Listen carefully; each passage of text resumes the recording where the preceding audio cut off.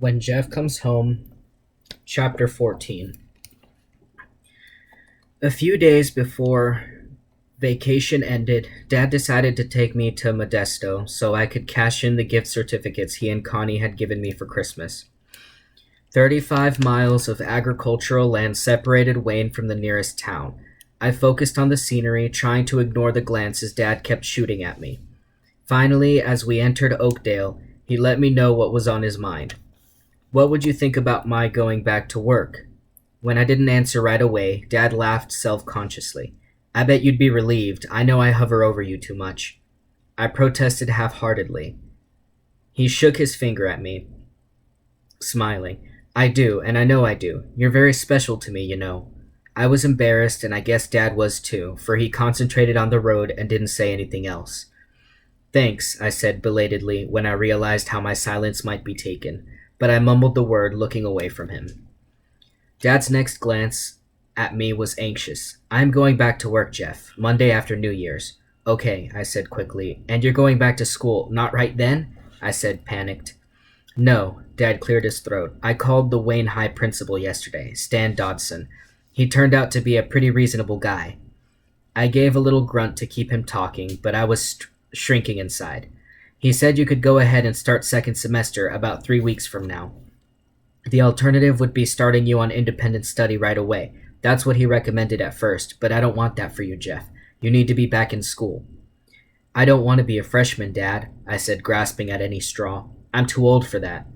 "You're going in as a junior. I made sure of that. After all," he said, voice tightening, "it wasn't your fault you missed out on the first 2 years of high school. Dodson said they could consider you a kind of exchange student. If you keep up with your class, I know you will. He'll waive the requirements you've missed." I laughed sharply. "Is that what the kids are going to think? That I'm an exchange student?" Despite my words, I felt hope stirring.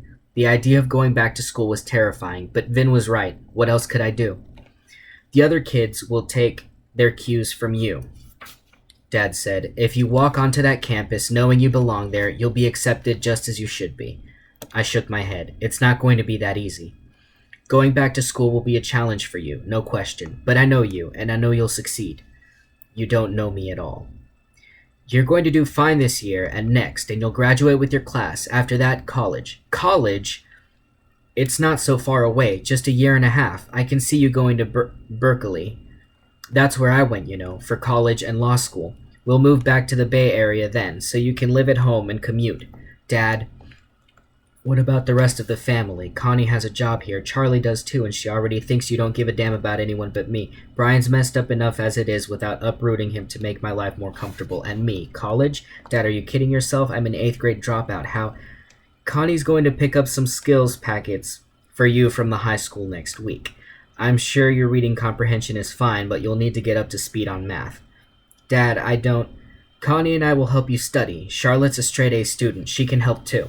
"You're a smart kid, Jeff," he said firmly. "I know you can pick up the traces." End of discussion. Dad smiled over me as we hit Modesto, the big city where Wayne residents shopped for better quality clothes and big-ticket items like cars and computers.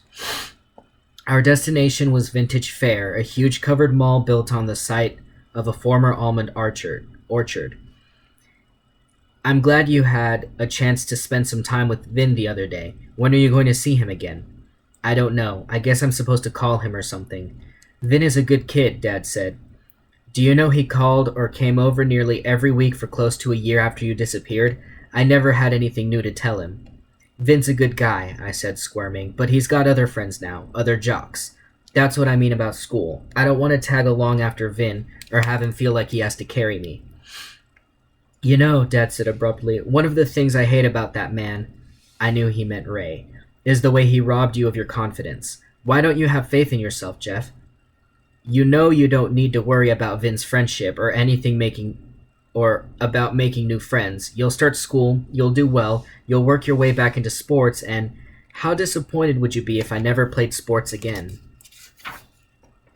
We had reached Vintage Fair. Dad pulled into the spot in the underground garage near Macy's. He took his time answering my question.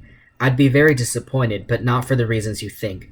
I'd be disappointed because you'd be giving up on yourself for no good reason."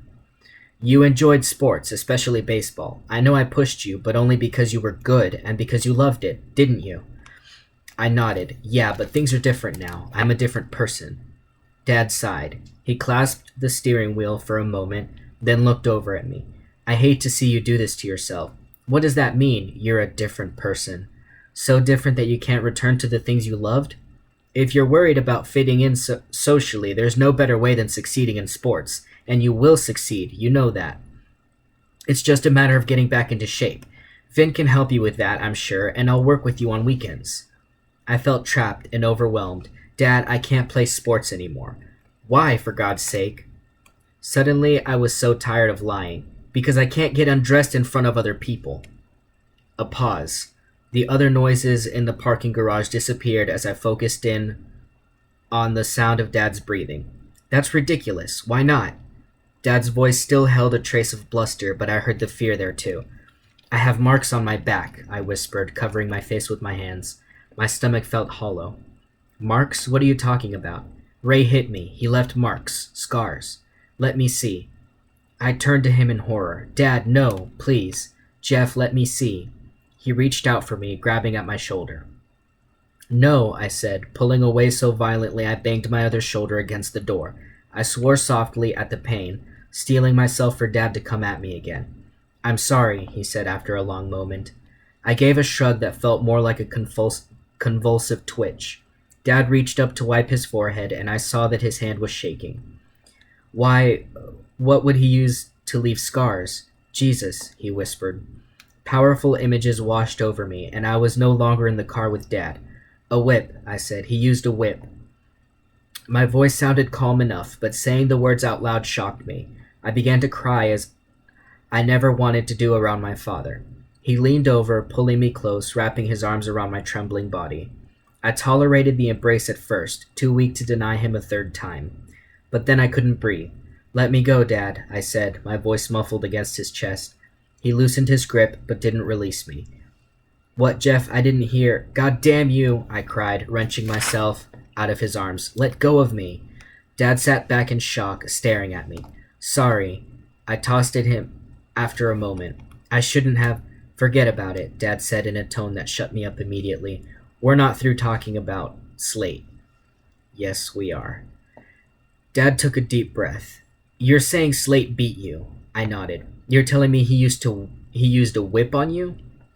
I nodded again, disgusted with myself, prickles of heat breaking out across my body. But, Dad sputtered, why? Why would he do that? I don't know, okay? Fresh tears came to my eyes. I blinked them back angrily, wiping a hand across my face. Dad pushed a handkerchief on me, and I took it without looking at him. I don't know why he did it. He was mad at me, I guess. Ray lay next to me on the bed, crying, holding a cold towel to my forehead as I shivered and burned with fever. I'm sorry, baby, he said. Don't die on me. He didn't mean to hurt me that bad, I said, staring down at my hands. He was sorry for it later. Dad cleared his throat. Does Dave know about this? No, not from me, I added, then flushed. Yeah, like Ray told him. Well, he'll have to know, Dad said grimly. I'll tell him when he calls tonight. He'll want to talk to you, too. No, I don't want to talk about it anymore. I wish I hadn't told you. But the marks were there. I could feel them. Ugly. Hideous. Okay, Dad said quietly, sounding like he was talking to himself. This is tough. This is... He clenched his hands into fists, and I flinched. I think you need to talk about this stuff, Jeff. To me, to Dave, to somebody. No, I said, there's nothing more to tell. You have to live your life, Dad said suddenly, and Ray Slate is not part of it anymore. You're not going to let him stop you from going to school or playing sports or doing anything else you want to do. There's nothing I want to do. We've got to get you to a doctor, Dad muttered. I've put it off long enough. I don't need a doctor, I said, gathering control of myself. My back. It happened a long time ago. Ray took care of it. I'm fine. Ray took care of it, Dad repeated in a low voice. Great. Terrific. He took a deep breath. Tell me this. Did he hurt you in other ways? Dad, I burst out, suddenly not afraid of him, not even a little bit. Leave me alone about this. He nodded immediately. All right, Jeff. All right. We sat in tense silence for some minutes, each of us staring straight ahead. Finally, I sighed, and that seemed to break Dad's reserve. "So," he said with forced cheer, "how about getting some lunch inside the mall? Connie says there's a good Italian place here. We can shop afterward." "Okay," I said. "Sure." We got out of the Jeep and walked toward the mall entrance, not communicating.